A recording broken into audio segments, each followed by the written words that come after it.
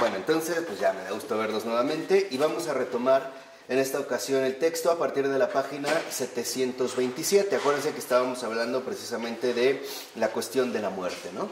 O cómo consiste finalmente en esta aniquilación de la propia aceidad. O sea, es una victoria mucho más profunda que la mera muerte física. Ahora, dice al iniciar la 727 el texto que la tradición ascética testimonia que existen hombres que ya han muerto y resucitado en este mundo y viven en el mundo superior, aunque se encuentren aún aquí.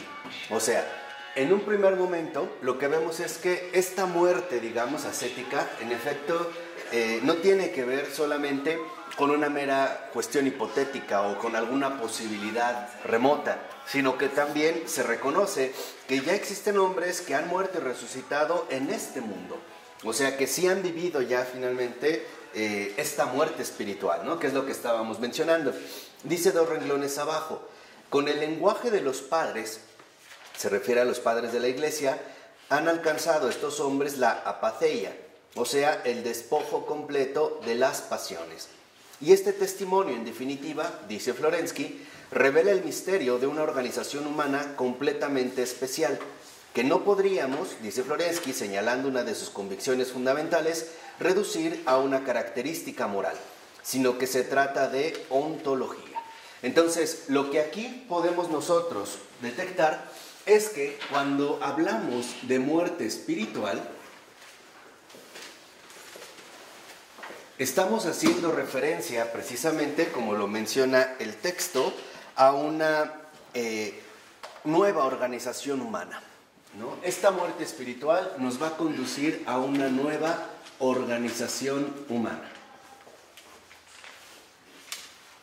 Y esta nueva organización humana no significa que nos vamos a quedar limitados al ámbito de la moral. O sea, como si solamente esta muerte espiritual trajera el crecimiento de nuestra vida moral, o sea, de nuestra mera conducta, de nuestro mero comportamiento. Lo que en realidad menciona Florensky es que esta nueva organización humana es ante todo ontológica.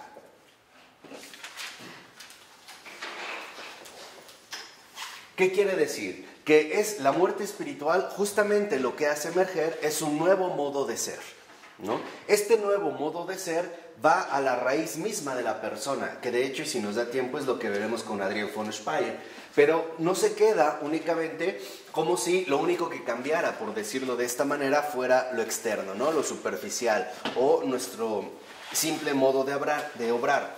Por eso dice al iniciar el segundo renglón del segundo párrafo, el que cree en mí no verá nunca la muerte. O sea, este es, digamos, ahora el comentario que va a hacer Florensky de estas palabras de nuestro Salvador. El que cree en mí nunca verá la muerte, señalando que no se trata de una doctrina de la inmortalidad del alma, para la cual no es una condición la fe en Cristo. Entonces, cuando dice el que cree en mí nunca verá la muerte, no se refiere únicamente a la inmortalidad del alma. Dice, para la cual no se requeriría una fe en Cristo, ¿no? Basta, como quizá los antiguos lo sostenían, que el alma es inmortal. Dice a continuación, Florensky comprende las palabras literalmente, o sea, las va a asumir en este sentido en la radicalidad que expresan. Dice Florensky, si está dicho que el creyente no verá la muerte, significa ante todo que se la puede ver. Entonces, lo que vemos es que cuando el Señor dice que el creyente no verá la muerte, esto nos indica que entonces sí hay un modo de ver esta muerte. O sea, digamos, aquí el Señor nos invita precisamente a evitar, ¿no?, este contacto con la muerte. Dice, se trata de una experiencia particular por medio de la cual el que abandona esta vida tiene conciencia de su partida. O sea, aquí lo que vemos en este sentido es que sí se tiene una conciencia clara de esta partida, ¿no?, de la partida que tenemos que hacer, o el enfrentarnos a la muerte. Pero la diferencia fundamental consiste en que no está, digamos, asumida la muerte como algo finalmente aniquilador. Esta, digamos, sería precisamente la cuestión, ¿no? No se verá, digamos, el poder destructivo o anulador de la muerte. pero sí está la posibilidad de ver esta muerte. O sea, sí estamos cada uno de nosotros finalmente expuestos a este acontecimiento. Y dice, el verbo ver subraya el carácter objetivo de la imagen de la muerte. Dice Florensky, la muerte es representada aquí no como un estado de nuestro organismo, sino como un cierto ser que provoca un tal estado. Entonces, lo que vemos es que esta nueva organización humana, que es ontológica, en efecto, nos lleva a un estado especial. Este estado especial en el cual ahora nosotros somos introducidos o en el cual ya entramos ahora a formar parte de esta nueva organización humana a través de la muerte espiritual, ya no nos permite ver, por así decirlo, la crudeza terrible de la muerte, sino que en realidad ahora vemos finalmente una especie de superación de este estado objetivo.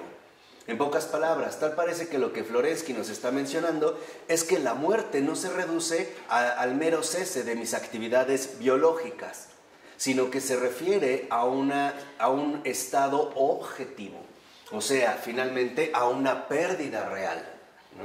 Entonces, en este sentido, para Florensky, la muerte no es, por así decirlo, la anulación del sujeto. Esta no es la muerte, sino un estado que en efecto no pertenece precisamente a la realidad subjetiva. Por ello es que Florensky considera que esta nueva organización humana, este estado especial, no es más que un estado especial que no tiene que ver con una mera cuestión externa, sino que más bien se refiere o hace referencia en todo caso a una nueva constitución ontológica, o sea, al surgimiento de un nuevo modo de ser y por lo tanto de santidad. Entonces, lo primero que podemos darnos cuenta es que el creyente, justamente a través de la santidad, es que no verá la muerte.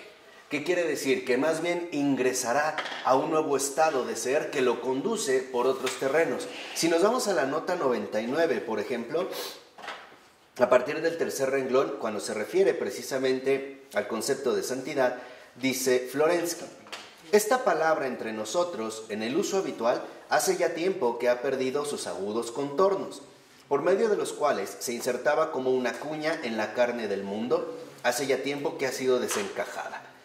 ¿No viene acaso identificada en la conciencia de la mayoría con el concepto de altura moral? Y sin embargo, el significado tradicional de la palabra santo no indica ni mucho menos la perfección moral, sino por el contrario, la perfección ontológica, la fuente originaria del ser, la altura en el plano jerárquico.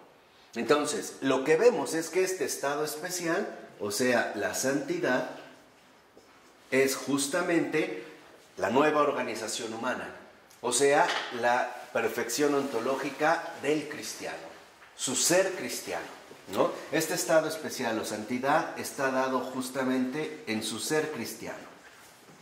De tal manera que entonces la santidad no corresponde precisamente con una altura moral, como hoy en día se suele suponer. O sea, el suponer que esta altura moral conllevaría al cristiano a presentarse en el mundo algo así como el hombre más educado, el más atento, el más amable, etcétera, etcétera. Dice Florensky, esto no es el verdadero sentido de la santidad. La santidad involucra una verdadera organización humana que no es otra cosa más que un estado especial de perfección, o sea, el ser cristiano. Y es justo por este estado de perfección especial, o sea, la santidad, que el creyente no ve la muerte. En pocas palabras, no es que evite la muerte a través de su buen comportamiento. No es esto lo que lo hace evitar la muerte, como sugeriría al menos una cierta tendencia protestantizada de la fe. No es esto lo que nos evita ver la muerte. Lo que nos evita en todo caso ver la muerte es justamente la participación encarnada en la vida eterna.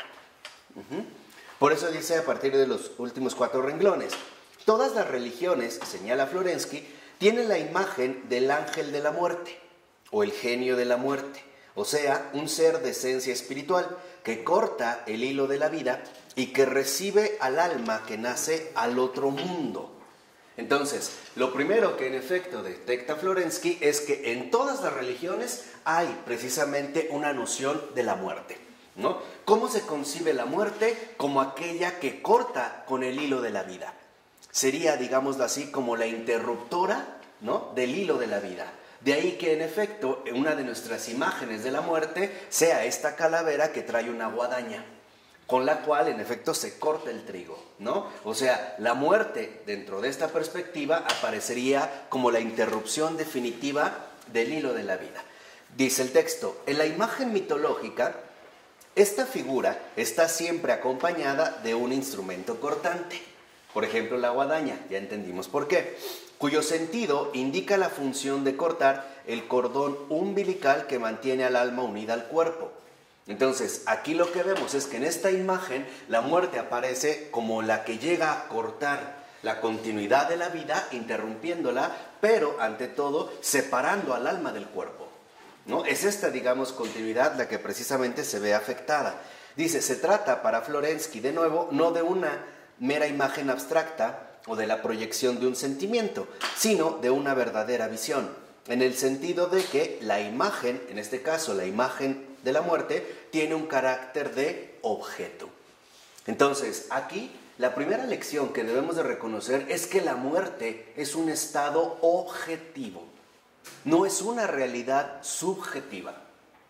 La muerte, en efecto, es como una especie de amenaza o es una extrañeza objetiva, o sea, la podemos contemplar como algo exterior a nosotros. Y precisamente en tanto exterior a nosotros como algo que podría resultar incluso amenazador o por lo menos atemorizante para cualquier ser humano. De tal forma que si ahora comprendemos que la muerte es objetiva, o sea, no está dada en nosotros, podemos ya arreglar algunas cosas, entre ellas y las más importantes. 1, nosotros no fuimos hechos para la muerte.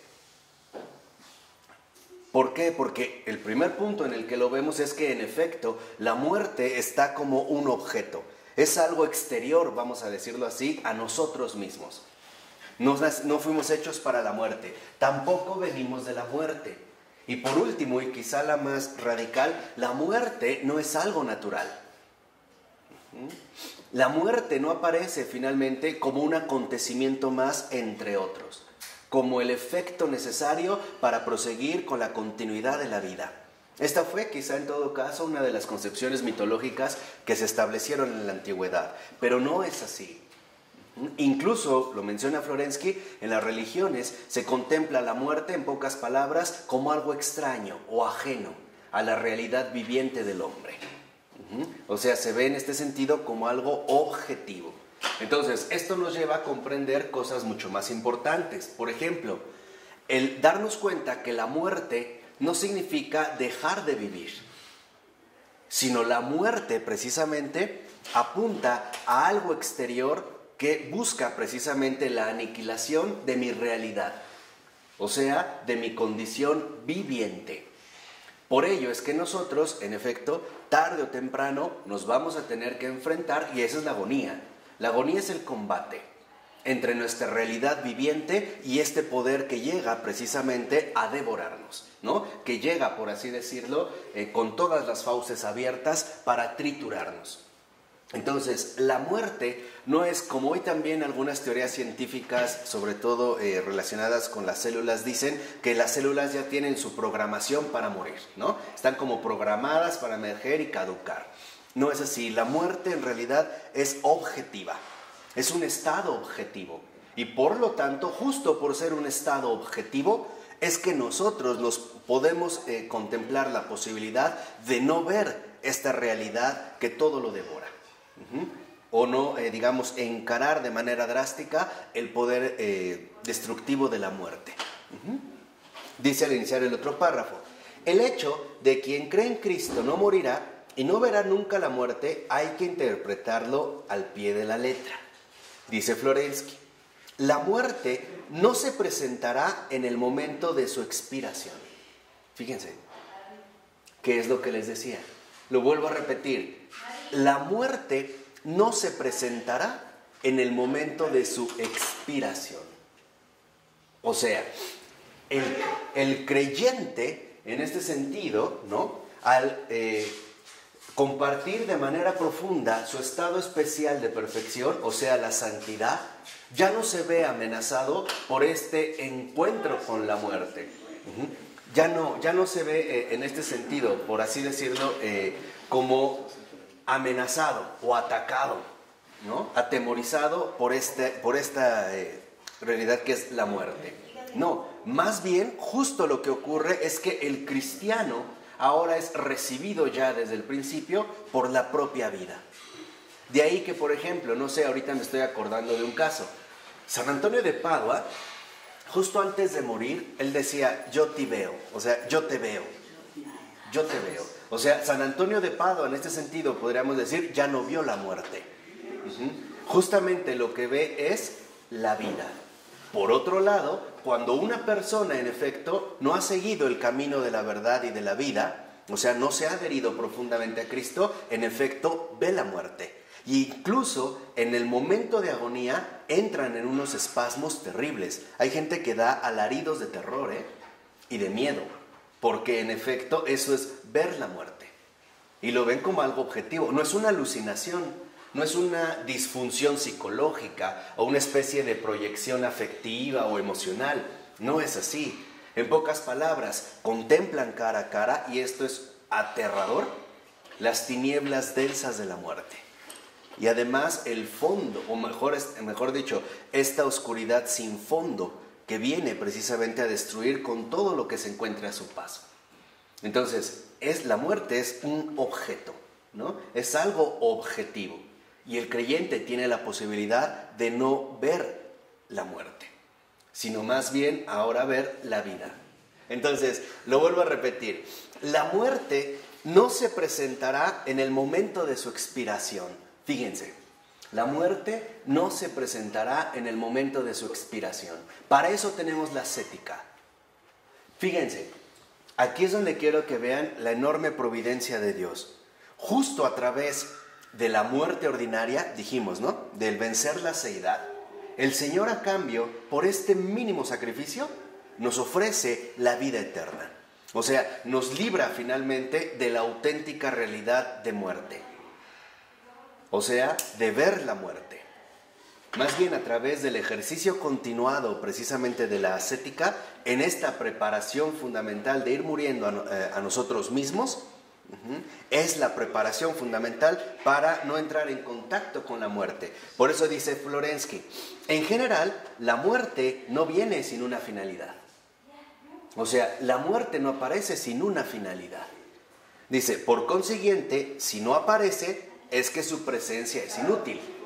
Entonces, vean aquí el razonamiento que en efecto Florensky nos está compartiendo, porque es muy fundamental. La muerte no aparece sin una finalidad. Ahora, ¿cuál es la finalidad de la muerte? Es aniquilar, es matar. ¿Vamos bien? Porque esto ya es muy importante que quede muy, muy claro. Ahora, ¿por qué con el creyente la muerte ya no aparece? Porque ya no hay nada que aniquilar.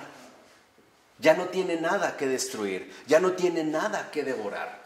¿Por qué? Porque este creyente, en efecto, ha avanzado, por así decirlo, en el camino profundo de la renuncia. Y por lo tanto también ha recorrido este camino de perfección, que es justo la muerte espiritual, que en último término conlleva a la vida eterna.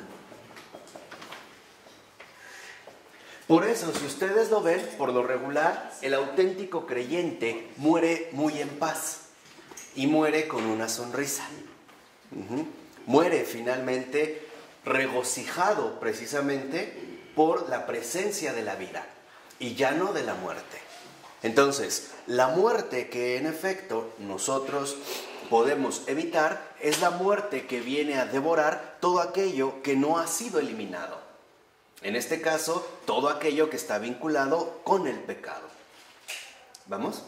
Entonces, por eso el creyente cristiano no ve la muerte, porque no hay nada que matar. Ya no tiene un propósito, es decir, la muerte ahí ya no tiene nada que hacer, ya no tiene ninguna finalidad por la cual estar presente. No, porque ha sido muerto a su yo y a sí mismo. Claro, a su vida. exacto. Es lo que vimos, justo a través de la ascética que conlleva la muerte espiritual, o sea, la preparación para la vida eterna. Dice Florensky, esto no puede significar entonces más que una cosa, que el alma ha nacido a la otra vida. Entonces, la muerte, este ser cristiano, como tal, ya no tiene cabida en el creyente porque este ser cristiano es un nacimiento. Esta es la gran diferencia entre la auténtica muerte espiritual y la muerte objetiva. La muerte espiritual no es más que la preparación profunda para el nacimiento a la otra vida. Y en la otra vida la muerte no tiene cabida, porque esa otra vida es Dios mismo. Y Dios es vida. Por ello entonces, cuando en efecto hemos seguido, en pocas palabras, el recorrido que Florensky nos está proponiendo, lo que hacemos es vivir una profunda muerte espiritual, que no es otra cosa más que el nacimiento a la otra vida. Y en la otra vida no hay cabida para la muerte. O sea, la muerte ahí ya no tiene una finalidad. Por eso, ante esa otra vida, la muerte resulta completamente inútil. Entonces, ¿es sinónimo muerte espiritual y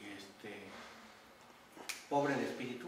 ¿Sí? O sea, podríamos decir, ¿qué es sinónimo de muerte espiritual? Nacimiento cristiano. ¿Qué otro sinónimo podremos dar de muerte espiritual? El camino de la conversión. Son sinónimos. O sea, es finalmente un proceso en el cual nosotros estamos naciendo, en efecto, para la otra vida. Es un nacimiento, no una aniquilación, como precisamente lo presenta la muerte objetiva. Dice, encarnada aún el alma, respira el aire del otro mundo. Este alma no posee aquel cordón umbilical que la mantiene unida al mundo de aquí abajo. Y entonces, en efecto, si ya no tiene este cordón umbilical que lo une aquí abajo, la muerte no tiene ya nada que cortar. Por ello es que su presencia resulta por completo inútil. ¿De acuerdo? Dice a continuación, y cuya ruptura en el hombre, o provoca en el hombre la mayor angustia, y además una lucha instintiva de todo su ser. Entonces, lo que podemos ver es que finalmente, con la muerte o ante la muerte objetiva, lo único que nos espera es la angustia. En cambio, con la muerte espiritual, lo único que nos espera es la paz. Por eso incluso nosotros, hasta de manera ordinaria, decimos, descanse en paz. O sea, que sea librado de la angustia. Entonces, lo que aquí sí debemos de tomarnos muy en serio es que en efecto, tarde o temprano, nosotros si no hacemos bien las cosas, es decir, si no llevamos una auténtica vida cristiana, no podremos evitar el ver la muerte. Y ahí tendremos que entrar en un combate total. En cambio, si realmente llevamos una vida cristiana, es decir, si realmente nosotros nos hemos esforzado en nacer para la vida eterna, la muerte no tendrá ya nada que hacer ante nosotros. No tendrá ya ningún poder sobre nosotros. No hay nada que cortar, no hay nada que aniquilar. Simple y sencillamente ahora somos hijos de la vida, hijos de la vida eterna. Y la muerte en este sentido ya no tiene ningún tipo de propósito. Vamos a decirlo así, es un paso en la paz. Ya no es un paso en la angustia. De hecho, por ejemplo, nosotros podríamos ya dar de alguna manera un cierto indicador para ver cómo anda nuestra vida cristiana. Y es el siguiente, es muy simple. Si pensamos en la muerte, ¿qué nos provoca? Terror, angustia, preocupación. Si esto nos pasa, no estamos viviendo realmente lo cristiano. Quiere decir que no estamos llevando a cabo realmente la muerte espiritual que tenemos que atravesar. ¿Qué quiere decir? Que seguimos finalmente, ¿no?, como apegados o amarrados a las propias posturas personales que estamos asumiendo. Es eso lo que la muerte va a cortar. Querámoslo o qué, o no. Por ejemplo, puede ser que una persona en un momento decisivo esté ya entrando en agonía como moribundo y esté sumamente preocupado por sus hijos. ¿Qué va a pasar por sus hijos? Y lo peor de todo es que la angustia mayor la experimentará al ver la impotencia de que no puede hacer nada al respecto. De que simple y sencillamente eso no está en sus manos. O sea, eso no está a su alcance. Esto es ser alcanzado por la muerte. Ahora entendemos más. Esto es ser alcanzado por la muerte. Entonces, si nosotros realmente vivimos la muerte espiritual, o sea, el camino ascético de la renuncia a la aceidad, el poder de la muerte cada vez va más perdiendo fuerza, hasta que llega un momento en el que la simple presencia de la muerte ya no es una opción para el creyente. Por eso los mártires, por ejemplo, pueden ir sin esta angustia, en pensar en qué va a ocurrir o qué es, digamos, en ese sentido lo que no va a ocurrir, ¿no? Esta es, me parece que es Juana Mereta Mola, esta beata, ella murió precisamente en el parto y es una santa. Y el punto central está en eso, en que ella muestra de que por mucho que digamos que somos padres o madres, los hijos no son nuestros. O sea, no son nuestra propiedad. No es algo que a nosotros nos pertenece. ¿Cómo sino, lo mostró? ¿Cómo lo mostró? Lo mostró en efecto de que se le ofreció el sacrificio, o tú o la criatura. Y ella dijo, la criatura, porque yo nada más he sido un medio para la obra divina. Entonces, digamos, el porvenir de esta criatura no depende de mí. Yo hice lo que tenía que hacer. Y esta es una experiencia extraordinaria porque es ya una santa del siglo XX. O sea, lo que nos muestra es que no queramos arrebatarle a Dios su obra. O sea, quitarle su gloria. El hecho de que ella haya dado a luz una criatura no significa que le pertenece. Significa que está cumpliendo la voluntad de Dios. Y a lo mejor la voluntad de Dios solo era esa, que ella se ofreciera para el parto, pero al mismo tiempo que ella se sacrificara por esta niña y al mismo tiempo por todos los demás. Y aquí es donde vemos, en efecto, un claro ejemplo de lo que constituye la muerte espiritual. Y no muere angustiada, no muere terrificada, ni haciendo llamadas a todo el mundo para ver qué va a suceder. ¿Por qué? Porque este es ya un abandono completo en la fe. Todo lo que sigue no depende de mí. Está en las manos de Dios. Y por ello es que se va a santificar. O sea, y lo va a hacer, claro, a lo largo de su vida. Les decía, como una mujer casada, como, digamos, una mujer común y corriente, ¿no? A nosotros nos puede parecer que eso es muy poca cosa. Decir, bueno, ¿cómo se puede uno santificar solamente porque murió en el parto? Es que no ese es el punto. Es que no murió en el parto. Justo durante el parto nació a la vida eterna. Y cuando ella se ofrece, lo hace con una confianza y un abandono total en Jesucristo. Lo hace confiando plenamente en Dios.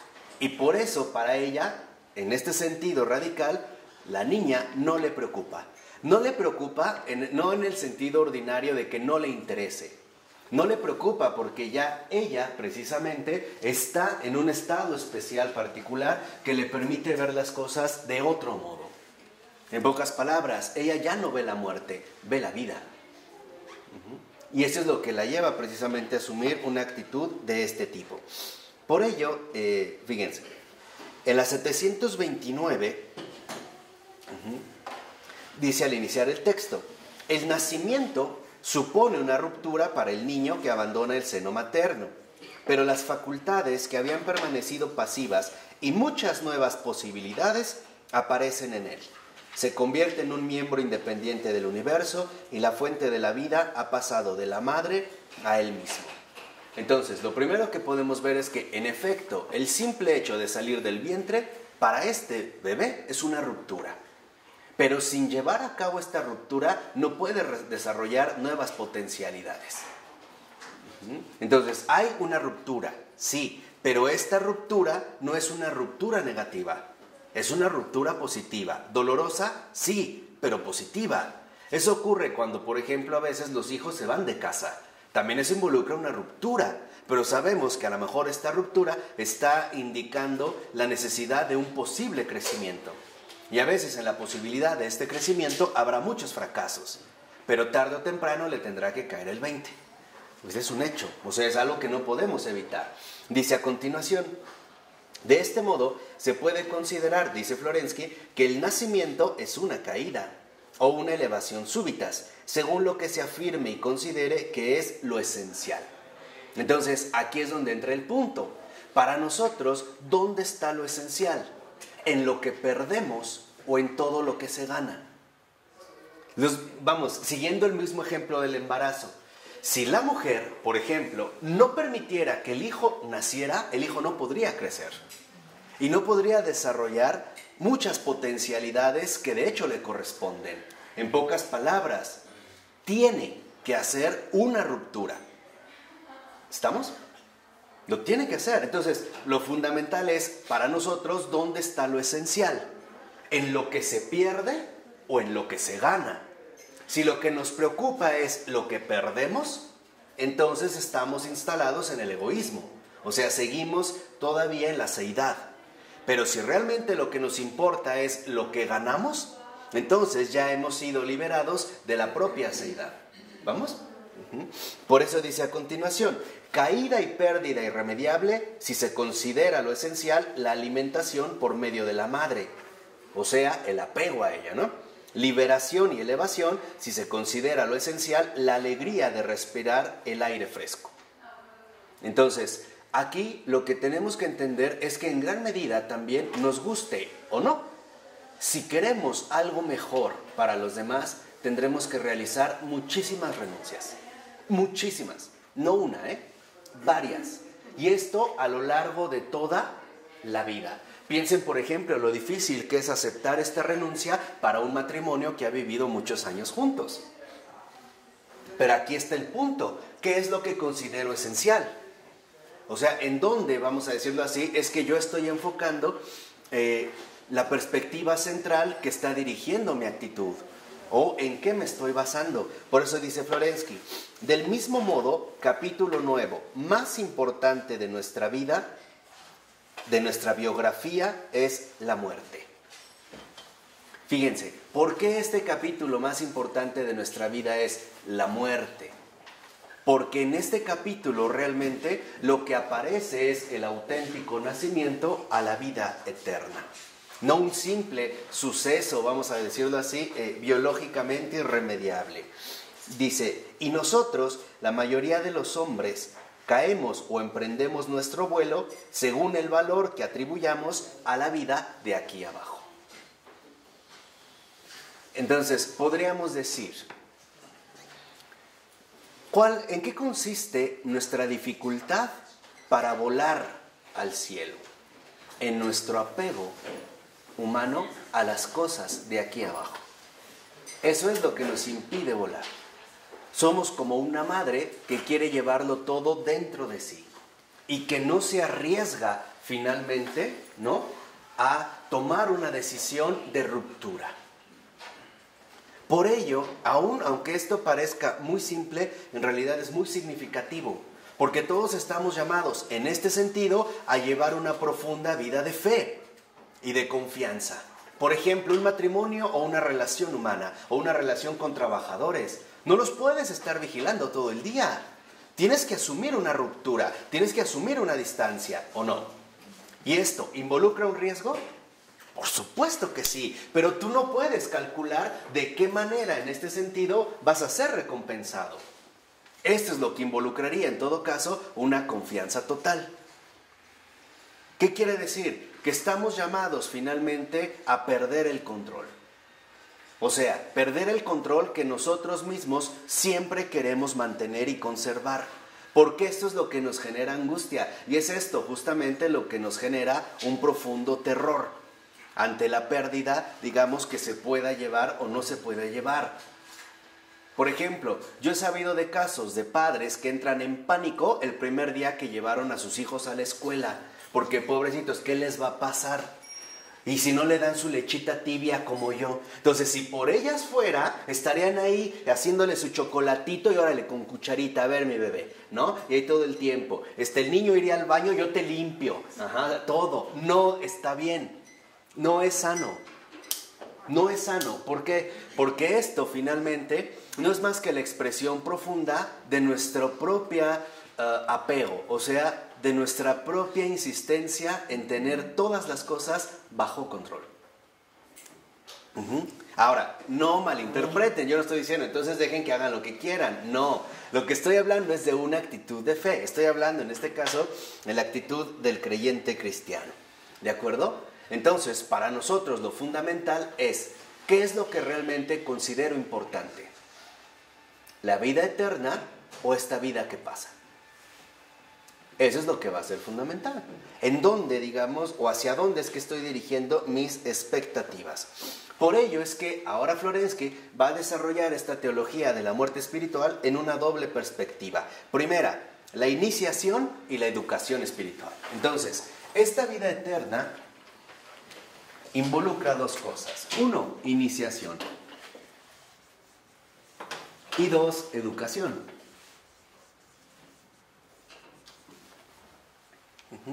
Entonces, en esta iniciación y en esta educación, lo que vamos a encontrar es lo siguiente. Lo dice en la 729, en el tercer renglón del segundo párrafo. La muerte puede concebirse como un paso sin choque brusco, como cuando uno accede a un lugar que ya es conocido desde hace tiempo y uno donde tiene parientes que le acojan. O sea, sin terror ni angustia. No nos resulta algo completamente desconocido. ¿Por qué? Porque ya nos hemos estado entrenando para esta muerte, para dar, por así decirlo, este paso. Dice a continuación, recoge nuestro autor, Florensky, la intención que, como ya hemos visto, tenían para los antiguos los misterios de Eleusis. Está refiriendo a los misterios paganos. Dice, su sentido, dice Florensky, consistía en enseñar la geografía del otro mundo. ¿Se acuerdan que hablamos de esto la clase pasada? Cómo esta iniciación mistérica no era otra cosa más que la posible familiarización con la muerte. De tal manera que cuando llegara este momento decisivo, ¿no?, al menos los que habían tratado de entrar en contacto con ese otro mundo, no les resultara por completo desconocido ni aterrador, sino familiar, ¿no? O sea, como para quitarle lo aterrador, ¿no?, o el impacto que pudiera producir. Dice, ¿no?, en estos misterios de Eleusis, el sentido consistía en enseñar la geografía del otro mundo para que llegando a él el alma no se perdiera, sino que entrase en él como lugares familiares. Ahora, la educación espiritual de la ascesis cristiana tiene para Florensky una función similar, pero mucho más importante. O sea, la ascesis cristiana no nos invita a una especie de familiaridad con la muerte. Dice Florensky, ha de reforzar las relaciones vivientes con el otro mundo.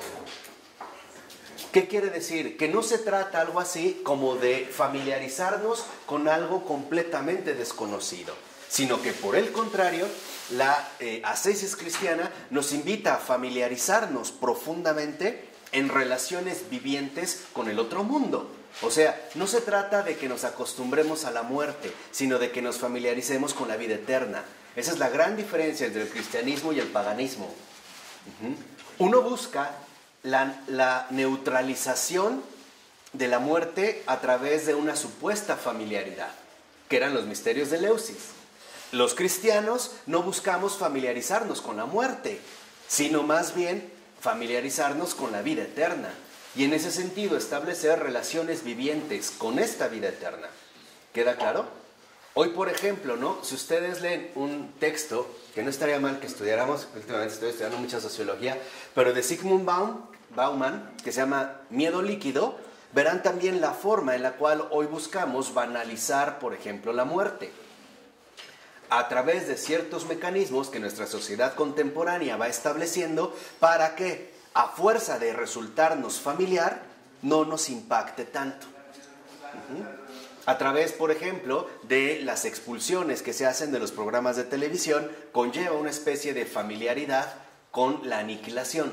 Entonces, hoy vemos, por ejemplo, la aniquilación como un proceso normal, que en efecto busca transmitirnos siempre los medios masivos de la comunicación. Si quieren, después damos unas clases de los temores de la sociedad contemporánea y cómo es que se asumen. Pero aquí lo que más me interesa es que comprendan que, a diferencia de los misterios paganos, el cristianismo no está familiarizándonos con la muerte, sino vinculándonos profundamente con la vida eterna.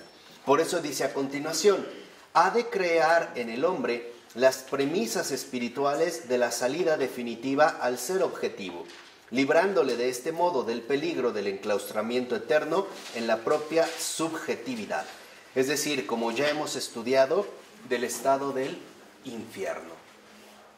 Entonces, aquí ya lo que nosotros podemos entender, así a muy grandes rasgos, son tres cosas. Primera, cuando uno ve la muerte, lo que nos lleva a ver la muerte es el haber quedado encerrados en nuestra propia subjetividad.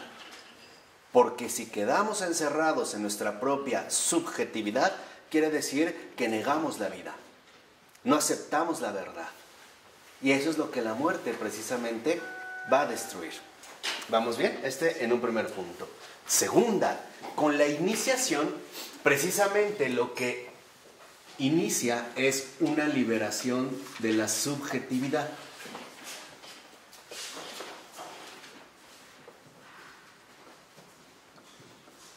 De tal manera que el que realmente ha avanzado en esta liberación de la subjetividad, es decir, el que realmente ha crecido en la vida de fe, no verá la muerte.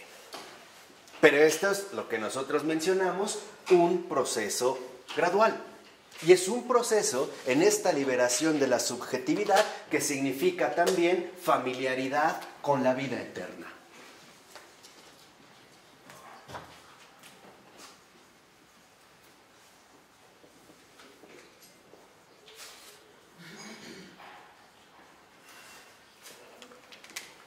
Estos son los lazos espirituales que se van desarrollando en el interior del alma creyente. O que por lo menos, dicho de otra manera, al menos en teoría se supone que cada cristiano en efecto está llamado a ir desarrollando. ¿Por qué? Porque en efecto no se trata de anular la subjetividad nada más porque sí, por un mero capricho, sino porque la subjetividad es justamente la negación de la verdad. Porque nosotros no lo somos todo. Dios es más grande y Dios no es uno, es tres. Entonces, cuando esto lo vemos, en efecto, que es lo que hemos tratado de alcanzar, vemos que la iniciación es la liberación de la subjetividad, la familiaridad con la vida eterna. Yo, de hecho, la clase pasada les di un consejo, hacer contra. Y comenzando por las cosas más pequeñas, o por las cosas que consideremos más sencillas. Yo les dije, es mejor ir poco a poco a que en algún momento nos sorprenda. Ahora sí, aparezca la muerte con su arma cortante y veamos que no podemos hacer nada porque nos va a cortar aquello a lo que nos quisimos aferrar, inútilmente. Y esto lo dijimos, todos lo vamos a tener que atravesar, tarde o temprano. Dice en la 730, a partir del segundo renglón, en el caso de la salida completa del seno de la vida, es la educación espiritual la que ha de aportar las premisas y capacidades necesarias para poder nacer. Entonces podemos decir, bueno, ya tengo mi iniciación. Ahora, ¿en qué va a consistir en este sentido la educación? Uno, en desarrollo de capacidades para poder hacerlo. Este desarrollo de capacidades no es más que el ejercicio de la virtud. Y va a ser además un ejercicio, ¿no? En este sentido, de la virtud, la vivencia profunda de la fe, que involucrará, nosotros lo dijimos, un fuerte combate. Y es algo que en efecto tendremos nosotros que realizar a lo largo de toda la vida. De tal manera que en el momento culminante, precisamente, esta disyuntiva va a ser clara, o él o yo. O me entrego a Él completamente y a la vida eterna, o me mantengo en mí mismo. Me mantengo aferrado a mi subjetividad. Y por lo tanto, me mantengo ahora aferrado al infierno. ¿Vamos? En este sentido, claro.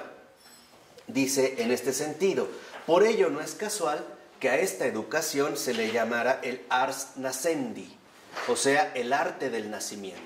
Entonces, este desarrollo de capacidades también a nosotros nos tiene que dar, por así decirlo, maestría.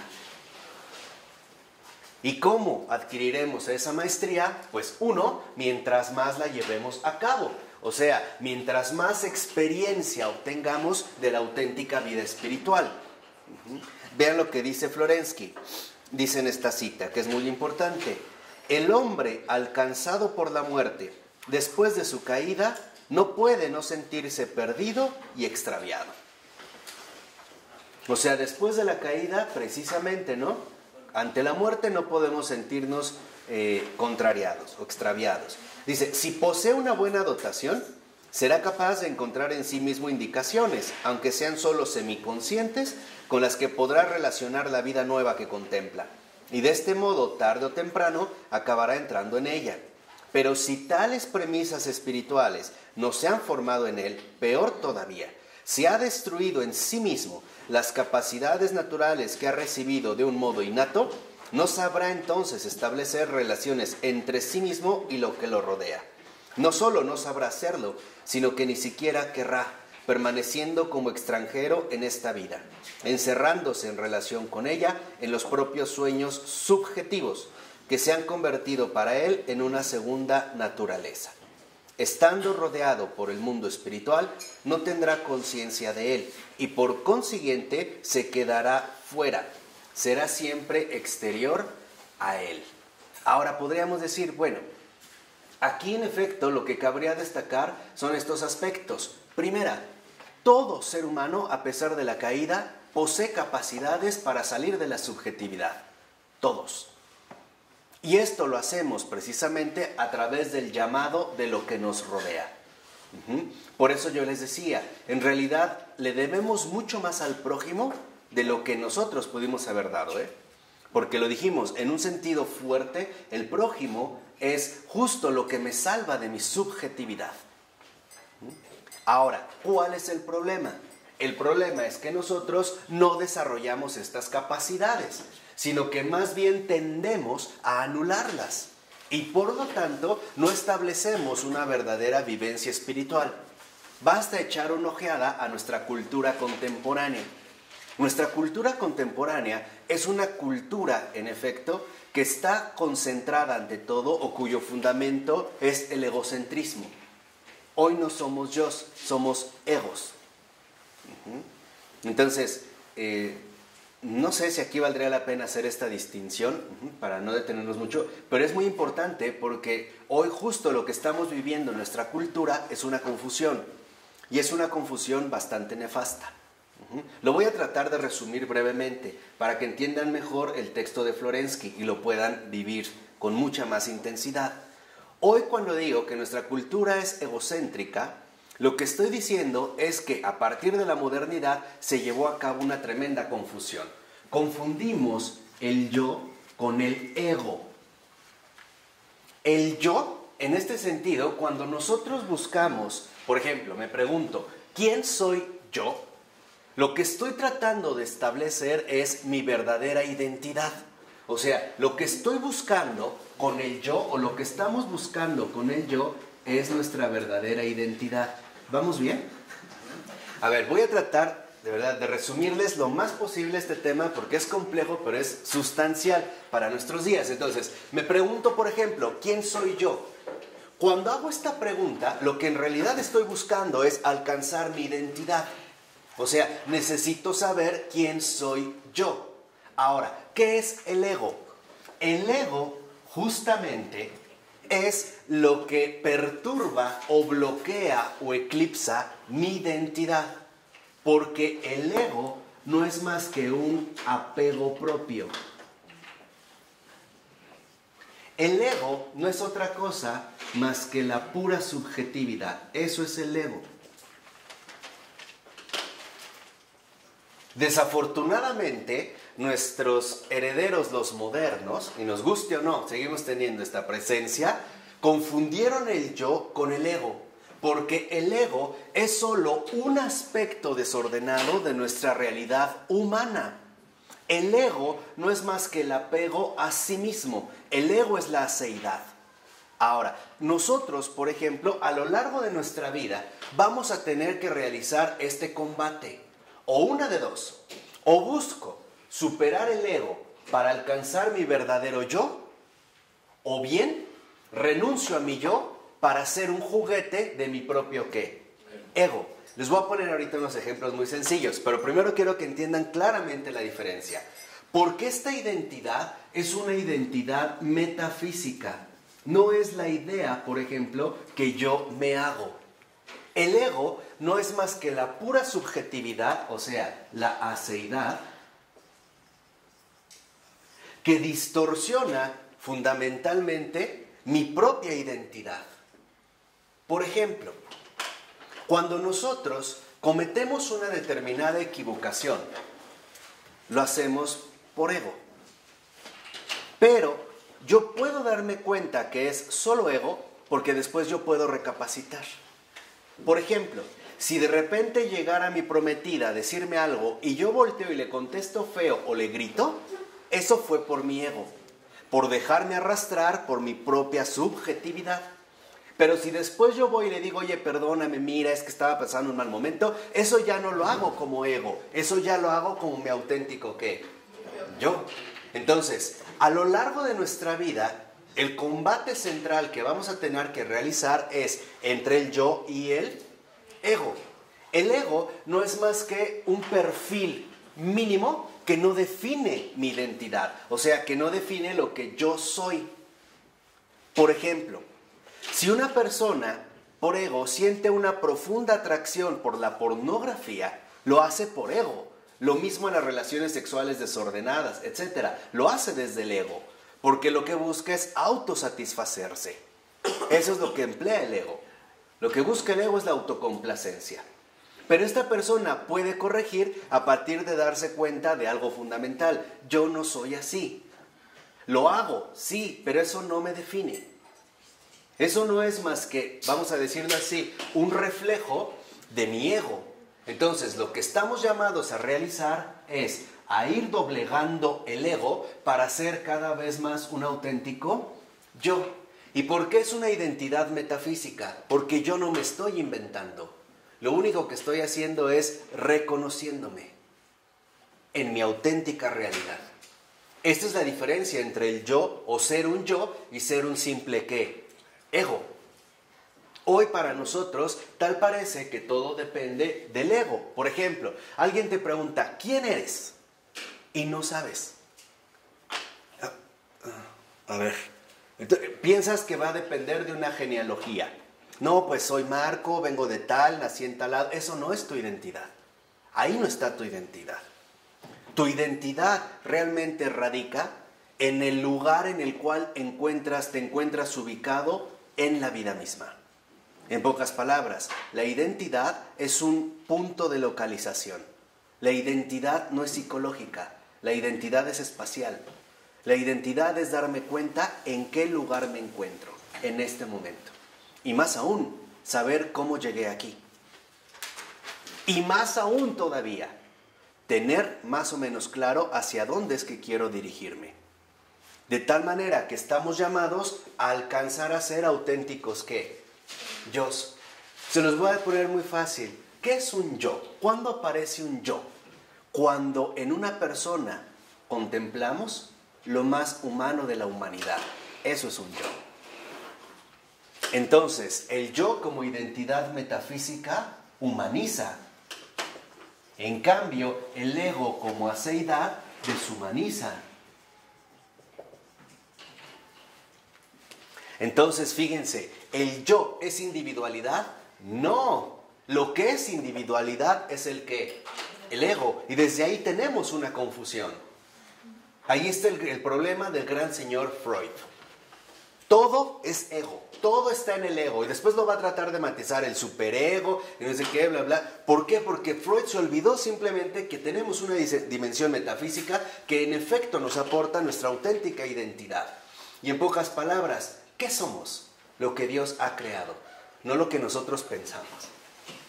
Y eso es lo que estamos llamados a redescubrir. De hecho, podríamos decir que la misión de toda vida humana es alcanzar a conocer su auténtico yo, es decir, su identidad.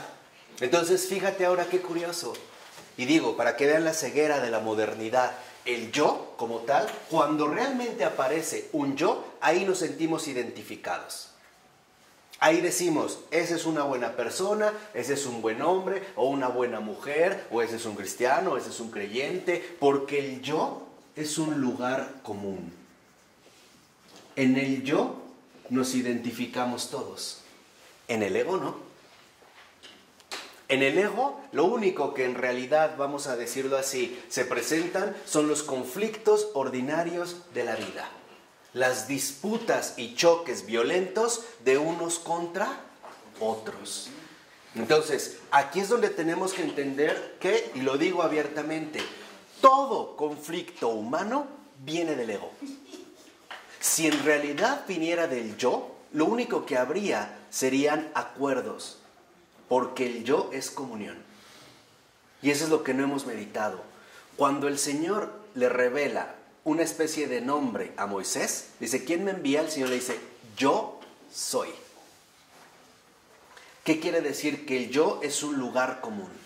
El yo es comunión. Entonces, estamos llamados a ser yos, no a ser ¿qué? Egos. El yo como lugar común es precisamente fuente de comunión. ¿Sí?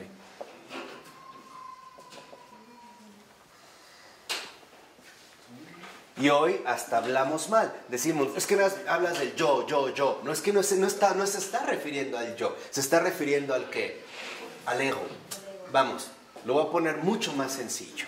Creo que está claro, ¿no? Pero mucho más sencillo. El yo es donde radica lo mejor de mí. El ego es donde radica lo peor de mí. Y sí lo podemos identificar. Sí lo podemos diferenciar, ¿eh?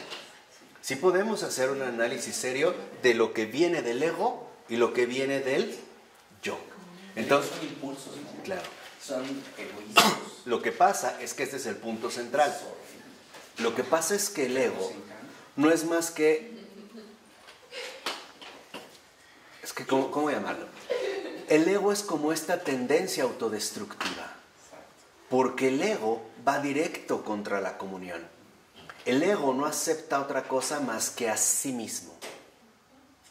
Es más, mira, el ego es precisamente el lugar preferido del pecado.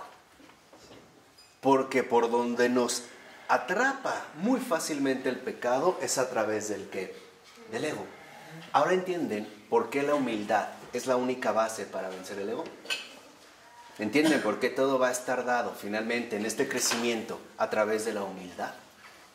Hay dos criterios para medirle el agua al ego, para ver qué tan inflamado está. El primero, ¿realmente creemos que cualquier persona es mejor que yo o no? Esa es la primera, ¿eh? Si empiezas a hacer tus cálculos y tabulaciones como una especie de hoja de cálculo de Excel, pues este sí, este no, este está por abajo, estás en el ego. El segundo, ¿cómo reaccionas ante las ofensas? Son mentadas.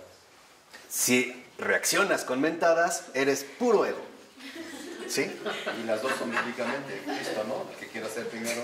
Claro, entonces ahorita vamos allá. O sea, lo que quiero que veas es, ¿por qué? Mira, porque el ego, que en efecto esta seidad deshumaniza, porque no es más que la raíz misma de lo que llamamos egoísmo, en cambio la raíz del yo es comunión. Fíjense la diferencia, la confusión que tuvimos desde más de, por lo menos 2 siglos. Y hoy seguimos en la misma confusión, en el mismo error.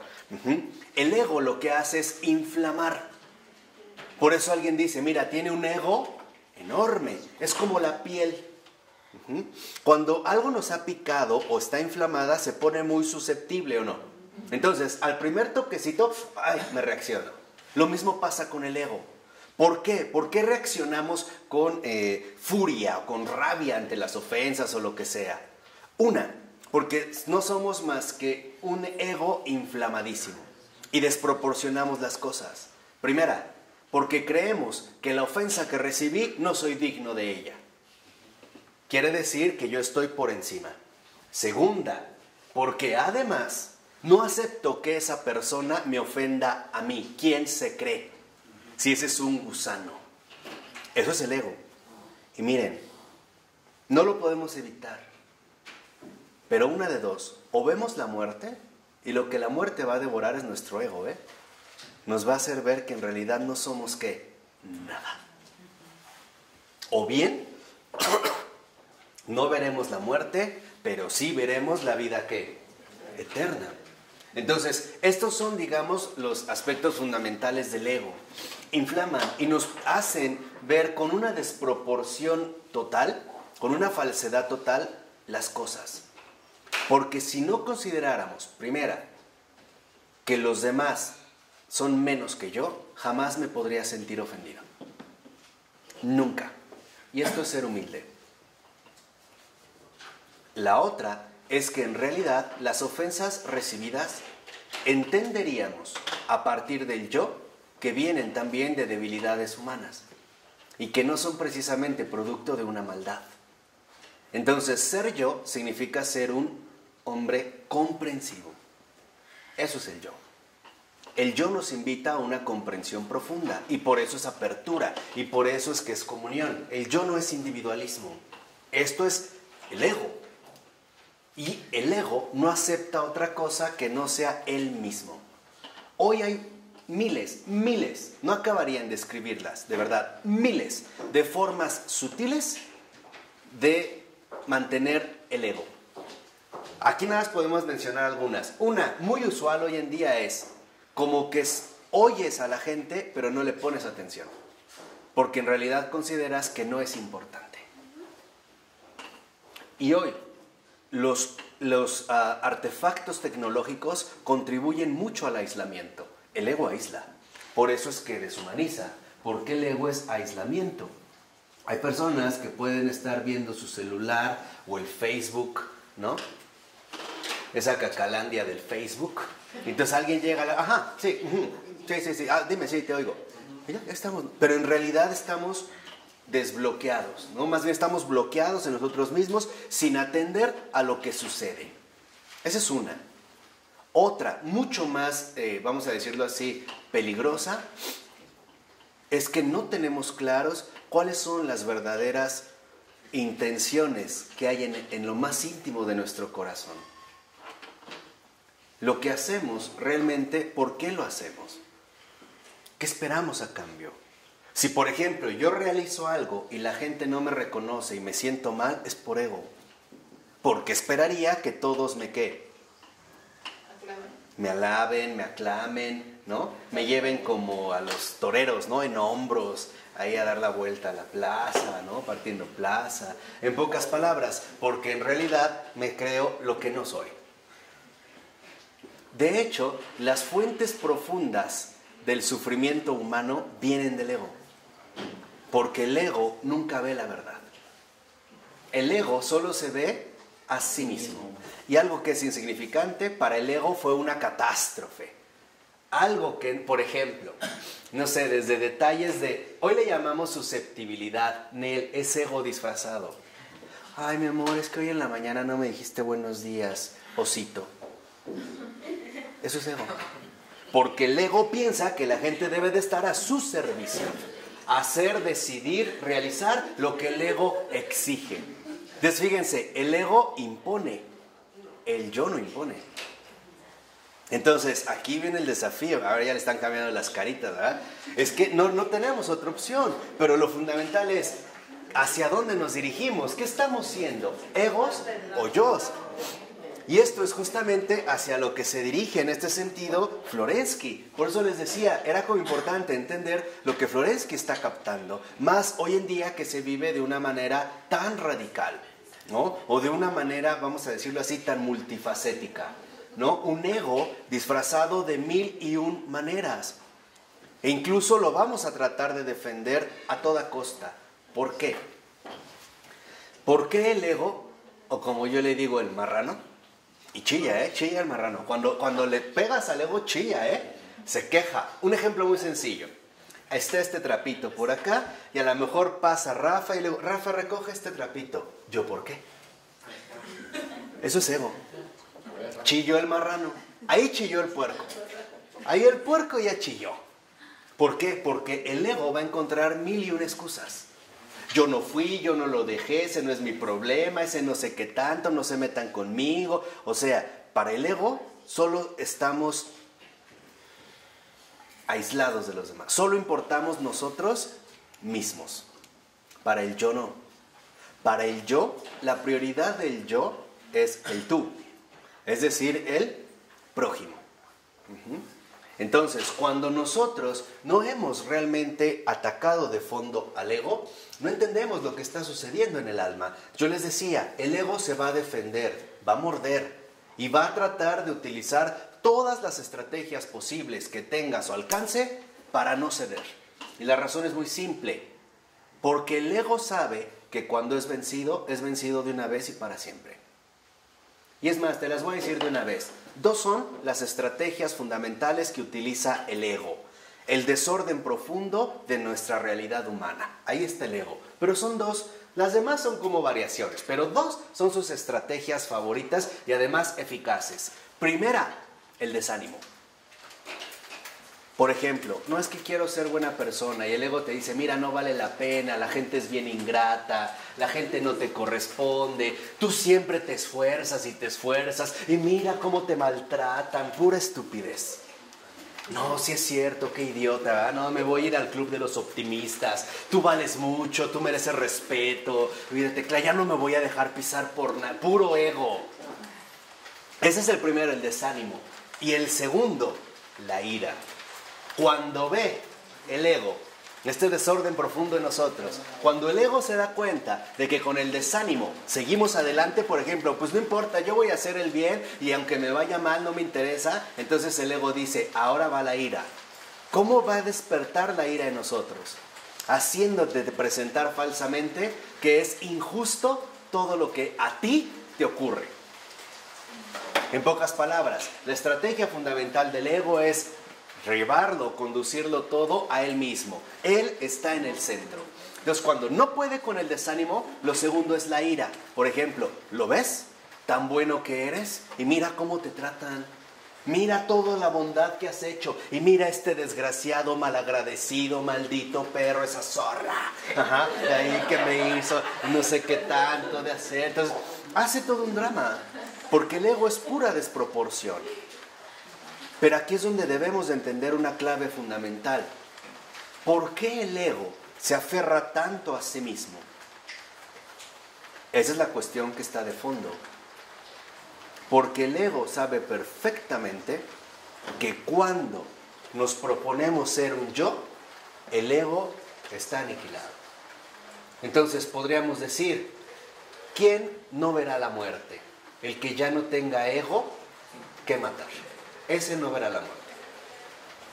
Y este es el proceso fundamental de la muerte espiritual. Ahí es donde entra el ego. Por ejemplo, cuando la serpiente tenta a Eva, Eva ya no piensa en lo que el Señor le dijo, ni tampoco piensa en Adán. Piensa en sí misma, ¿no? Y la muerte. Cae. Y después también cae Adán. Podríamos hacer una especie de visión romántica que le intentaron algunos poetas ingleses de decir, no, es que Adán es un héroe porque al ver que su mujer había caído, dijo yo me voy con ella, no la abandono. Eso es ego. Porque también pudo ser que Adán cayera porque le diera vergüenza no hacerle segunda a Eva. Entonces, aquí lo único que quiero que vean es que en efecto nosotros estamos llamados a erradicar cada vez más el ego. La pregunta es, ¿se podrá realizar? Sí. ¿De qué manera? A través del camino cristiano de la vida. ¿Cuánto nos llevará? Toda la vida.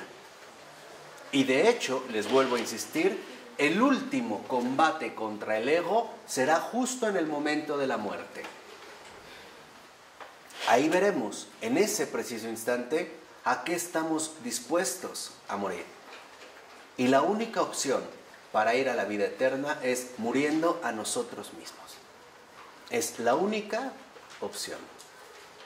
O sea, muriendo en último término a mi propio egoísmo, a mi propia insuficiencia, a mi propia debilidad y aceptar algo infinitamente más grande de lo que yo soy. ¿De acuerdo? ¿Cómo Cristo nos dijo del ego? Precisamente cuando, por ejemplo, insiste, ¿no? El que quiera ser el primero, que sea el último, ¿no? Y el que quiera ser el más grande de todos, que sea el servidor de todos. Y aquí es como que Jesús nos da una receta muy bonita que es como el contra, ¿no? El que quiera ser el primero. Esto puede ser como un buen deseo, ¿no? Queremos ser el primero, pero esto es del ego. Entonces el Señor dice, claro, el ego te va a decir, tienes que ser el primero. Pero bueno, regrésate al yo. Y desde el yo, sé el último, ¿qué? De todos. El que quiera ser el más grande de todos, sobresalir con el ego, vuelva a ser el servidor de todos. O sea, no pierdas de vista tu auténtico ¿qué? Yo, porque aquí es donde está tu identidad. Y esto es lo que Jesús también va, ¿no? De alguna u otra manera, insistiendo constantemente. El que te pide. El que te pide. Y a todo el que te pida, dale. A todo. El lavatorio de los pies. Sí, o sea, en todos los gestos de Jesús lo vemos que es precisamente ir anulando este ego humano, que él al ser hombre también tenía. En esta realidad, o sea, en esta opción. Pero ¿cuál es la diferencia? Vemos el momento culminante cuando en Getsemaní le dice, de ser posible, ¿no? Haz que pase de mí este cáliz. Eso lo dice el ego y es muy normal. ¿Estamos de acuerdo? Pero no se haga mi voluntad, sino la tuya. ¡Pum! Muestra esto, pero regresa al ¿qué? Al yo, de donde realmente brota esa auténtica fuente de comunión. Por ello, dice al iniciar el otro párrafo el texto, por el contrario, indica Florensky, aquel que ya desde aquí ha entrado de algún modo en la otra vida, no sentirá confusión en su conciencia. Es como decir, no encontrará que haya algo más que matar, porque realmente ha muerto a sí mismo. Ya no, o sea, no hay como una confusión. Dice Florensky, todo lo demás se dormirá para despertarse en el otro reino. Y esto nos recuerda mucho la dormición de la Santísima Virgen María. ¿Es confusión? ¿Ya? Se ha donado tan completamente que este paso a la otra vida es de lo más apacible. Como entrar finalmente en un sueño. Por eso, precisamente para los ortodoxos, rescatan mucho el hecho de la dormición de la Virgen. No hablan de la muerte de la Virgen, hablan de la dormición. O sea, este paso radical a la otra vida sin confusión, sin angustia, sin dolor, etc. Dice, se despertará como alguien que durante la noche ha llegado a un país conocido. No se sorprenderá, sino que saltará de alegría. Aquí es donde vemos este punto culminante. Cuando realmente a través de la educación, el desarrollo de capacidades y la maestría accedemos a la muerte espiritual, al final lo que encontraremos es auténtica alegría.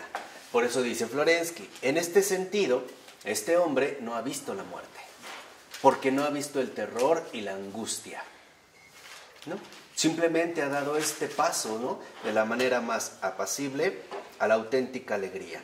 Dice la 731, y esto es así porque, como menciona Florensky, desde hace tiempo los apegos húmedos, pútridos e inertes que retenían en la vida se han convertido en polvo. O sea, la muerte no tiene ya nada que cortar en él. ¿Qué quiere decir? La muerte, en pocas palabras, ya no encuentra en el creyente ego. Ya no hay ego que cortar. Entonces ya la muerte ahí no tiene ninguna finalidad.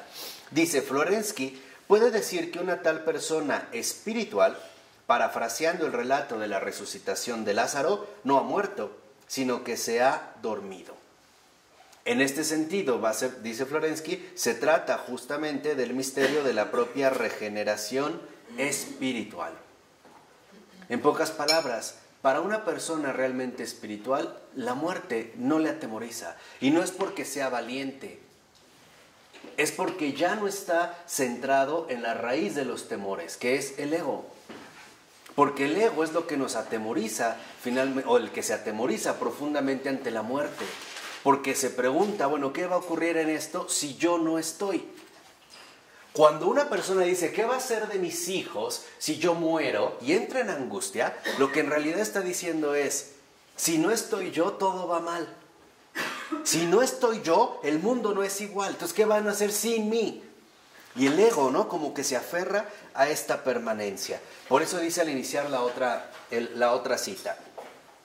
Hay que extrañarse de que personas de una espiritualidad más elevada, acostumbrados ya en su vida a sobrepasar la experiencia sensible se encuentren en el momento de esta crisis más avanzados en el camino de la vida que las personas ordinarias y que ejerciten una visión más lejana del porvenir, de aquello que no es accesible a unos ojos no espirituales y una visión más clara, más precisa y más estable.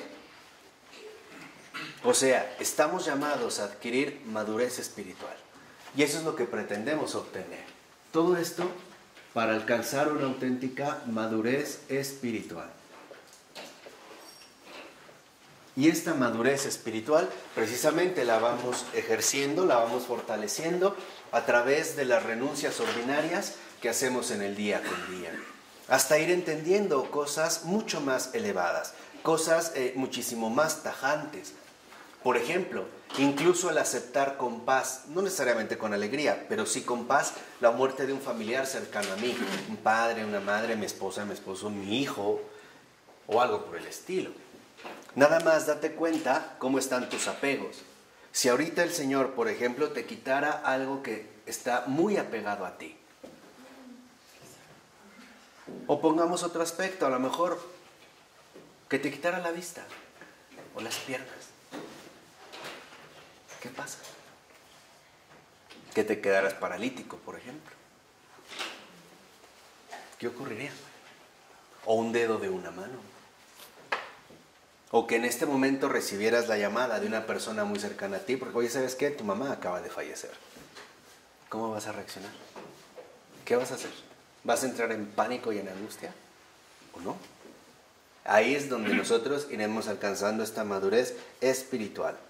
Por eso, dice en la 732, en la cita, dice Florensky, el espiritual es capaz de un pensamiento objetivo, o sea, no egocéntrico. Entonces, para ser objetivos, para ser realmente objetivos, necesitamos superar el ego. Si no, no alcanzamos esa objetividad. Dice, considera también su existencia terrestre objetivamente, no por conveniencia espiritual, sino según la verdad más simple. No sin razón, la práctica espiritual prohíbe el uso del pronombre de primera persona. Por lo demás, las mismas reglas de la civilización no nos animan a abusar de él. En un nivel más elevado de objetividad, el pensamiento sobre el propio ser terrestre se vuelve de tal modo imparcial y adquiere un tal desapego que va siempre acompañado de condescendencia, de piedad. Entonces podríamos decir, ¿cuándo realmente alcanzamos esta madurez espiritual? En el desapego.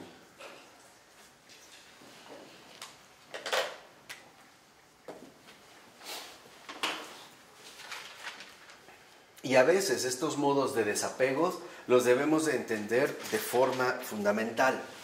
No se trata que Dios nos quiera lastimar arrancándonos las cosas. Simple y sencillamente que busca librarnos de la posible frustración o decepción que nos vamos a llevar si nos aferramos a aquello que no es una garantía estable. Por ejemplo, hay quienes se aferran a su belleza y por más que la quieran conservar, terminan realmente desfiguradas de la cara, o del cuerpo. O al revés, a lo mejor pusieron toda su vida en una persona. Bueno, y si esta persona muere, ¿qué pasó?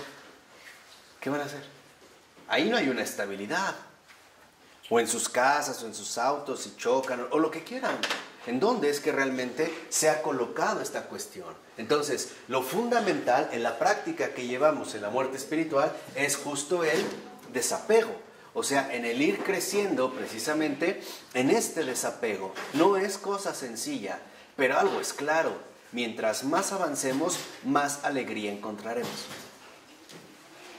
Porque acuérdense, tarde o temprano, jóvenes, adolescentes, ancianos, como quieran, tarde o temprano, tendremos que dejar esta tierra y todo lo que nos apegó a ella.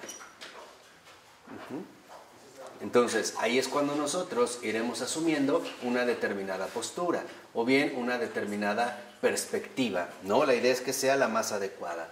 Por eso dice al iniciar el otro párrafo, la clave de todo se resume en esta afirmación. Fíjense lo que dice Florensky como la clave de todo.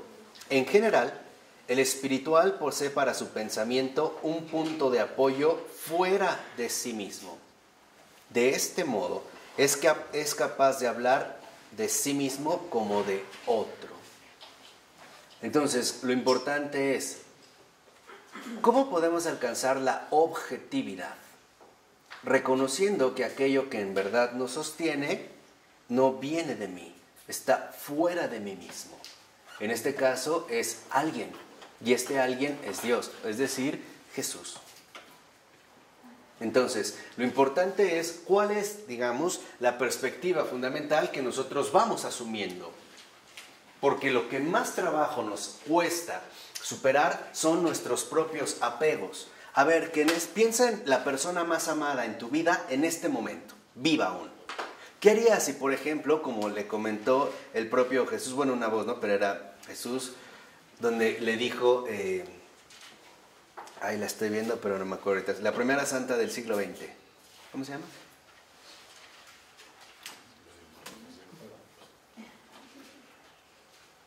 Gema Galgani. Santa, ya se los había dicho, la primera santa del siglo XX. Santa Gema Galgani era una niña y su mamá estaba enferma. Y cuando entró a orar por ella, y era una niña como de 8 años, el Señor le dijo, ¿me la das? Fue el único que le dijo, ¿me la das?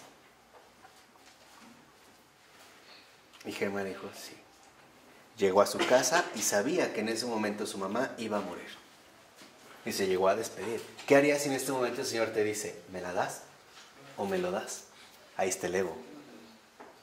¿Qué dirías? No, mejor me voy al infierno. Mejor prefiero el infierno. Es que no sea a ti. Y aquí es donde encontramos un aspecto más fundamental. ¿Por qué el desapego? Porque el Señor tiene pensado para nosotros una alegría infinita. Y nuestro ego no sería capaz de recibirla. Es por ello. O sea, la razón fundamental del desapego es para estar completamente disponibles para Él. Es decir, completamente disponibles para la vida ¿qué? Eterna. Aquí es cuando no podemos perder de vista la sabiduría de Dios. Fíjense lo que dice Florensky. Por eso, en un nivel tan elevado de objetividad, fíjense, ya de altura espiritual, dice Florensky, es posible incluso alabarse a sí mismo desinteresadamente. Notar objetivamente las cualidades de la propia persona, pero con serenidad y sin ningún sentimiento de posesión. ¿Saben dónde se ve algo así muy claro? En San Pablo. San Pablo de repente parece como alabarse demasiado a sí mismo, ¿no? A veces como que hasta suena un poco arrogante. Imítenme a mí, hagan lo que yo les dije, acuérdense esto, ¿no? Yo he vivido, yo he hecho. Si no entendemos la altura espiritual de San Pablo, entonces San Pablo nos resultaría chocante. Lo veríamos como un presuntuoso, como un arrogante, ¿no? ¿Qué tal parece? Muchas veces se coloca a sí mismo en primer lugar. Ustedes vean gran parte de sus cartas, y en muchas cartas aparece él, ¿no? Yo, tal, pero ahora merezco la corona. Ya hice lo que debía, ahora merezco la corona. ¿Pero por qué? Porque ya San Pablo ya está finalmente en esta altura espiritual donde puede verse a sí mismo a la luz de la objetividad. ¿Qué quiere decir? A través de dos aspectos. Primero, reconociendo la obra de Dios en propia carne. Y esto es lo que justamente, ¿no?, permite que las cosas no se desproporcionen. O sea, lo que lograría finalmente que no cayéramos nuevamente presas de la aceidad, sino que nos mantendríamos a la luz finalmente de esta objetividad. Dice a continuación, de hecho, dice Florensky, en la medida de la elevación espiritual, la idea sobre sí mismo se vuelve cada vez más objetiva y sin indiferencia ni frialdad, pero sin vanidad ni amor propio, el hombre aprende a atribuir todo esto a él y no a mí. Ahí está el punto central. Aprende a atribuirlo todo a él y no a mí, pero reconozco que es en mí en quien lo está realizando. Porque también hay como, ¿cómo les diré? Hay como muchas posturas falsas de espiritualidad. No, yo no soy un siervo inútil, peor que el polvo, no merezco ni siquiera que alguien me ponga el pie encima, ¿no? Soy totalmente indigno, indignísimo, el más indigno de los indignos. No, porque entonces no está aceptando a la luz de la verdad lo que el Señor está realizando, con Él y a pesar de Él. Es decir, ahí todavía habría ego, por el cual estamos tratando de calcular cómo es que las cosas, en efecto, se están llevando a cabo. Por eso tenemos que aceptarlo, finalmente, con alegría, para autocomplacer el ego. Suponer que yo soy mejor o que puedo maltratar a la otra persona como se me dé la gana, ¿no? Y es que el punto realmente crucial, y eso es algo que hemos olvidado, es que el ego finalmente va contra la obediencia. Y eso es lo que está en juego. Porque para nosotros no nos gusta obedecer. Lo veremos cuando estudiemos la invención de la autonomía y veremos cómo llegamos a esto. Y veremos de qué manera se formó, o a partir del ego se formularon 1001 posturas para evitar la obediencia.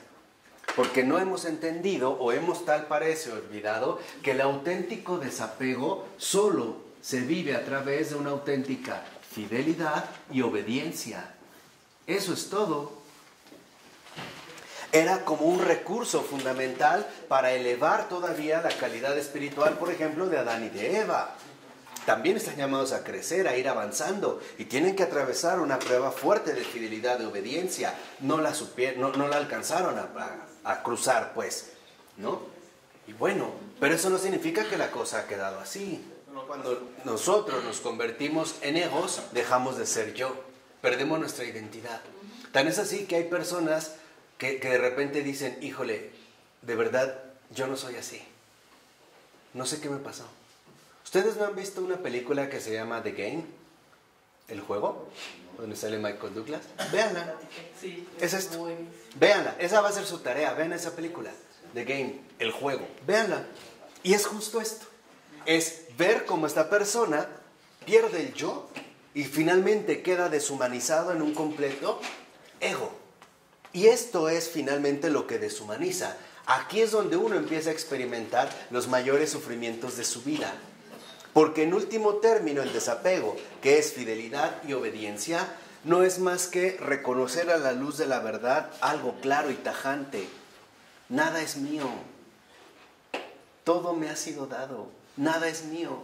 Que hoy, les digo, se ha bloqueado el yo y únicamente se le da cabida al propio ego. O sea, a pesar de que esto conlleve finalmente, ¿no?, los mayores conflictos que hoy en día vivimos, olvidamos del yo. Entonces la gente a veces recapacita y dice, a ver, pero yo no soy así. Yo no soy así. O sea, pone el énfasis en el yo. Y por lo tanto, lo que vimos, el ego, como apego propio, se opone rotundamente a la madurez espiritual. Es decir, al verdadero ¿qué? Desapego. Por ello, un camino segurísimo, pero segurísimo, para crecer y rápido en la vida espiritual es la obediencia, sin protestar. Pero rápido, ¿eh? Yo creo que es el camino más seguro, más contundente y más invencible para el crecimiento espiritual.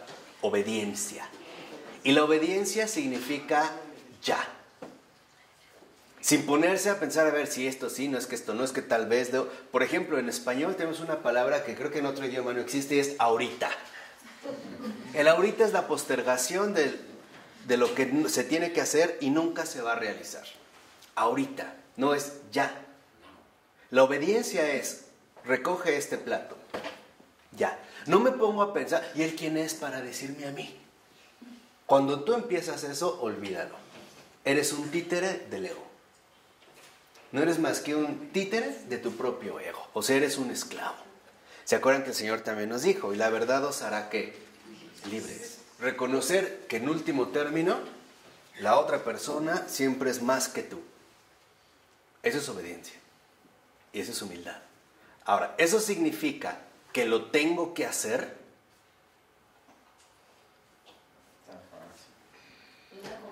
Pues probablemente no, pero no te importa, lo haces. Claro. ¿No? O sea, no te pones a cuestionarte. No te importa si lo tienes o no lo tienes que hacer, lo haces. Claro. Si alguien te lo pide, lo haces. Claro. Y aquí entendemos hacia qué nos referimos. O sea, si una persona te dice, bájate los pantalones, bueno, pues ya, pues no. Digo, no seamos ingenuos. No, o sea, estoy hablando realmente en nuestro crecimiento espiritual, en nuestra relación de vida. Por eso la obediencia es un aspecto fundamental de crecimiento. Sin obediencia no hay vida espiritual, de verdad, no arranca. Es una experiencia espiritual radical y fundamental porque consiste en reconocer que yo tengo un Señor y que Él es el Señor de todos. Y este es el primer paso de la reverencia. De tal manera que entonces la obediencia no es más que ser fiel a mi identidad. Saber que yo no soy el Señor.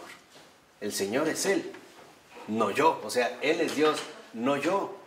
Y que incluso, y en gran medida, muchas veces el Señor va a entrar en contacto en mi vida a través de los demás.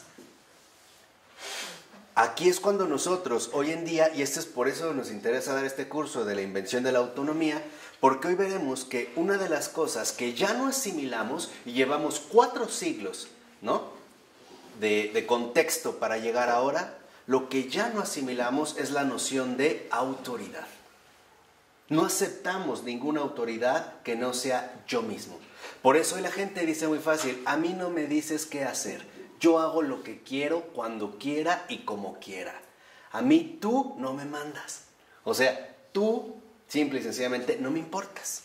Lo que espiritualmente esconde y es más grave es a ti te desprecio porque no te tomo en cuenta. Entonces tú hoy habla con un joven, con un adulto, dile algo de algo que dice, mira, sí, muchas gracias, pero no me importa, ¿no? Yo voy a vivir mi vida, voy a hacer lo que tengo que hacer, tú no tienes por qué darme órdenes. Y hoy vemos a tal grado que si de repente sentimos que una persona nos solicita algo y empieza a aparecer la figura de la autoridad, de inmediato la rechazamos. Así de sencillo. No, soy tu esposa, no tu esclava. Somos iguales, ¿no? Yo digo, a ver, si somos iguales, pues vamos a cortarnos el pelo igual, vamos a vestirnos iguales, pues sí, ¿no? Porque hoy somos bastante ridículos.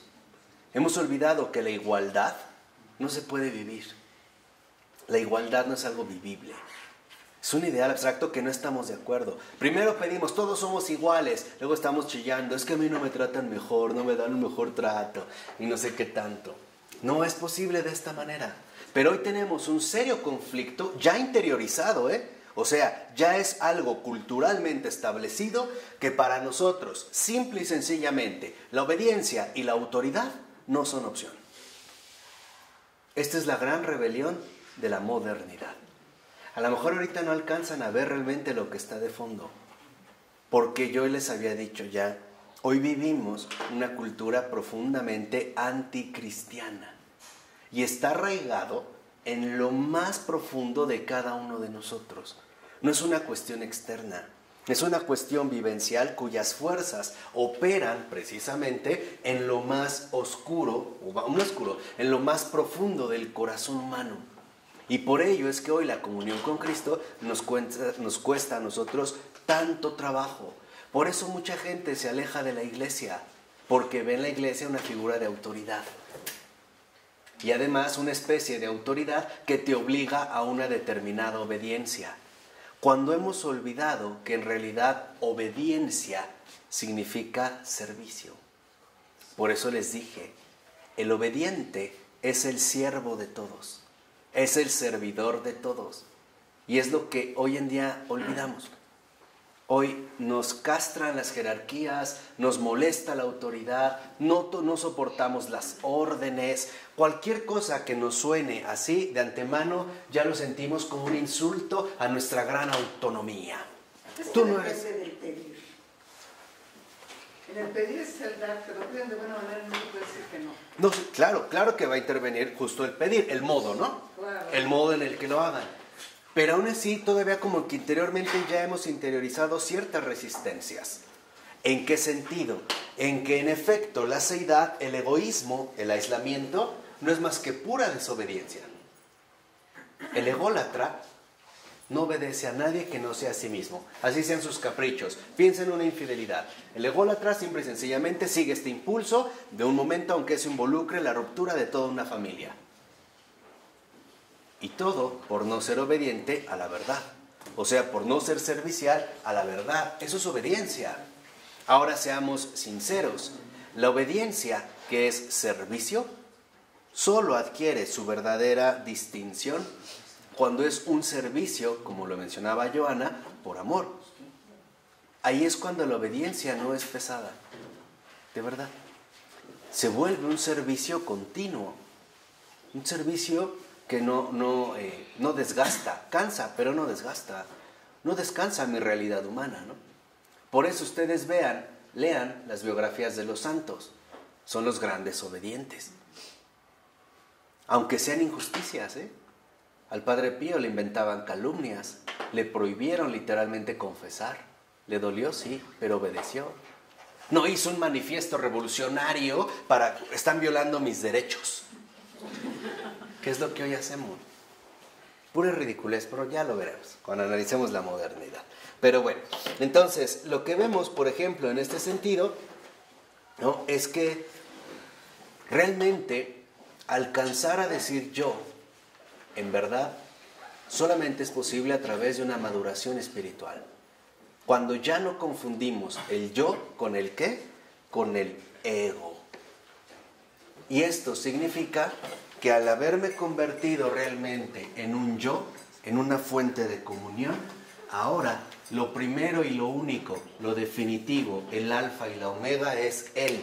Lo dicen los dos últimos renglones de esta página. Dice, convertirse definitivamente en Él. Es decir, superar la subjetividad pecaminosa en la objetivación de la propia persona.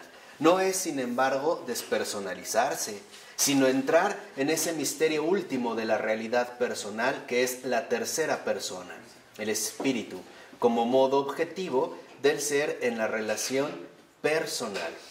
Por eso va a decir, fíjense, en los últimos 4 renglones, ¿estamos capacitados para escuchar esta revelación misteriosa, cargada de muerte y de promesa de eternidad, que se sumó al silencio secreto de millones de sacrificados en los campos de concentración del siglo XX?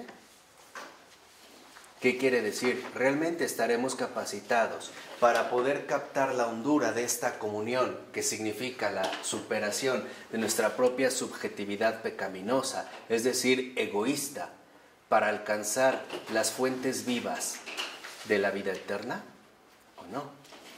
Eso es lo que veremos la clase siguiente. ¿De acuerdo? Así que tienen mucha tarea con el ego.